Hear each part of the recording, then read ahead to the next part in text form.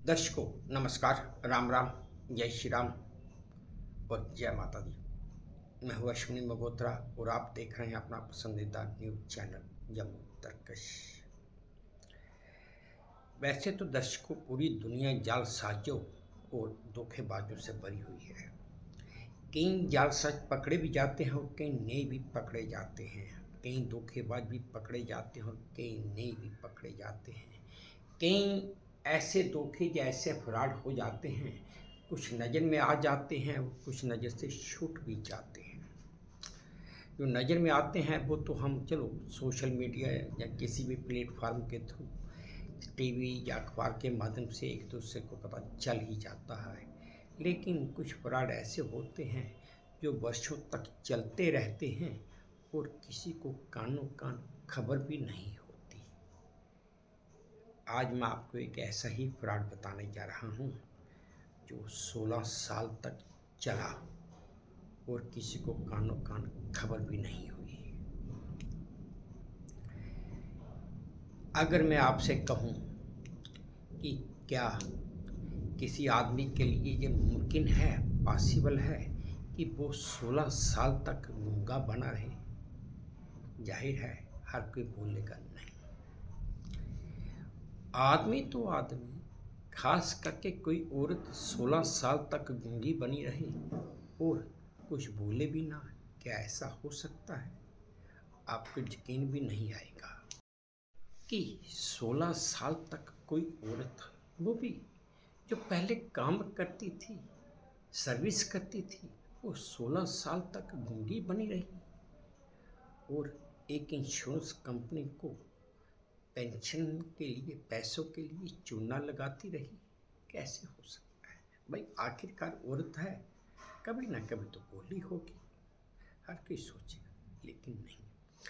ये जो तस्वीर आप मेरे साथ देख रहे हैं, एक ऐसी औरत की तस्वीर है। अभी तक इसका नाम किसी जगह नहीं आया है।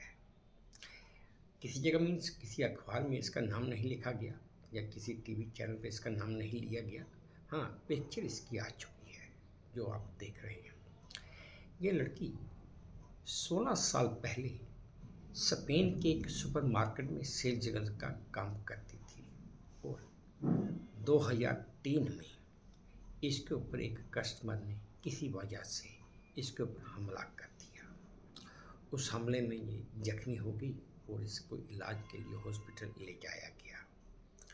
हॉस्पिटल में इसका इलाज भी हुआ, लेकिन वहीं हॉस्पिटल में इसे ये पता चला, या इसने उस बीमारी का बहाना बनाया कि पोस्ट ट्रॉमेटिक स्ट्रेस डिसऑर्डर और बोलने की क्षमता खोने की बीमारी है।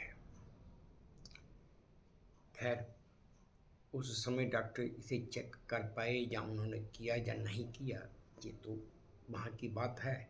लेकिन जितनी स्टोरी मैंने पढ़ी या जितनी कहानी मेरी नज़र में आई, वो मैं आपको बता रहा हूँ। बस इसे स्थायी विकलांगता का सर्टिफिकेट मिल गया, ये परमानेंट डिसेबिलिटी है।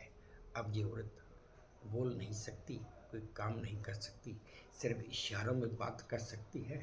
तो वहाँ के स्पेन की कानून के हिसाब से, क्योंकि बाहर की कंट्रियों में हर आदमी का जो एम्प्लॉय होते हैं उनका इंश्योरेंस भी हुआ होता है।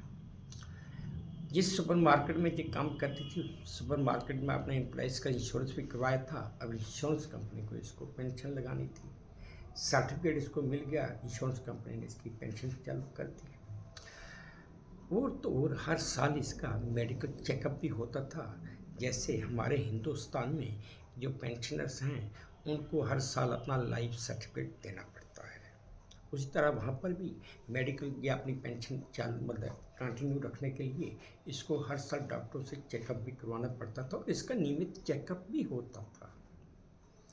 लेकिन ये 16 साल तक डॉक्टर्स को भी चूना लगाती रही, वो भी इसे पकड़ नहीं पाए और ना ही किसी को पता चल पाया कि ये औरत गूंगी नहीं, बोल सकती है।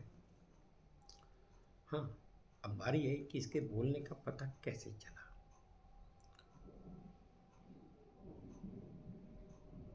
एक जब इंश्योरेंस कंपनी की ऑडिट हो रही थी, रिकॉर्ड चेक हो रहा था, तो उन्होंने देखा कि इस औरत की फाइल में ऑप्थेल्मोलॉजी के डॉक्टर की रिपोर्ट है,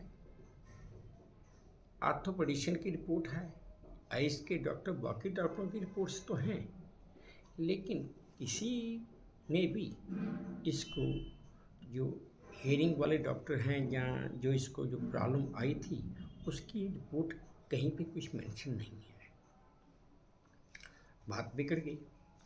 इंश्योरेंस कंपनी ने भी पता किया कि किसने ध्यान क्यों नहीं दिया, तो आखिरकार इंश्योरेंस कंपनी ने एक प्राइवेट डिटेक्टिव हायर किया और उसको इसके पीछे लगा दिया। इंश्योरेंस कंपनी ने डिटेक्टिव को बोला था कि आप अपनी रिपोर्ट तो हमें दोगे, लेकिन सबूत के साथ। अब ये औरत इतनी शातिर थी कि उसने उस डिटेक्टिव को भी चूना लगाना शुरू कर दिया। लेकिन वो डिटेक्टिव था, उसका पेशा था। वो तकरीबन साल भर इसके पीछे लगा रहा और एक दिन वो अपनी वेशभूषा बदल कर रास्ते में इससे जा टकराया और उसने बड़े सलीके से इससे पूछा कि मैडम, ये कौन सी जगह है। उसने इससे एक पता दिखाया, उससे पूछा कि मुझे इस जगह जाना है और कौन सा रास्ता इस जगह जाएगा। बस यहीं पे वो औरत मात खा गई। डिटेक्टिव ने स्पाई कैम्प्स ऑन रखे थे, वो रिकॉर्डिंग कर रहा था और उस औरत ने डिटेक्टिव को एक अनजान आदमी समझकर पूरा डिटेल में बोलकर रास्ता समझा भी दिया कि आपको इस रास्ते से जाना है, ऐसे जाना है। बस डिटेक्टिव के पास सबूत आ गया। उसने इंश्योरेंस कंपनी को सबूत दिया। अब इंश्योरेंस कंपनी इसके ऊपर केस करने की तैयारी में है कि इसने हमें 16 साल तक चूना लगाया। तो दर्शकों, ये थी आज की एक महत्वपूर्ण ऐसी जानकारी जो मेरी नज़र में आई कि कहते हैं औरत कभी चुप नहीं रह सकती।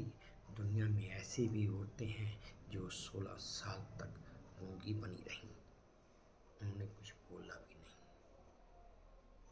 है ना बड़ी हैरानी की बात। तो दर्शकों, खैर ये थी मेरी आज की जानकारी जो मेरी नज़र में आई, मैंने आपसे साझा की। उम्मीद करता हूँ आपको पसंद आई होगी। इस उम्मीद के साथ अब आपसे विदा लेता हूँ कि भाई, एक तो मेरे इस चैनल को लाइक कर दीजिए, शेयर कर दीजिए, सब्सक्राइब कर दीजिए और हाँ, अपने कमेंट्स मेरे कमेंट बॉक्स में ज़रूर डालिए ताकि मैं भी पढ़ सकूँ। अब इस उम्मीद के साथ आपसे विदा लेता हूँ कि आप अपना भी ध्यान रखेंगे, अपने देश का भी ध्यान रखेंगे। जय भारत। तो धन्यवाद।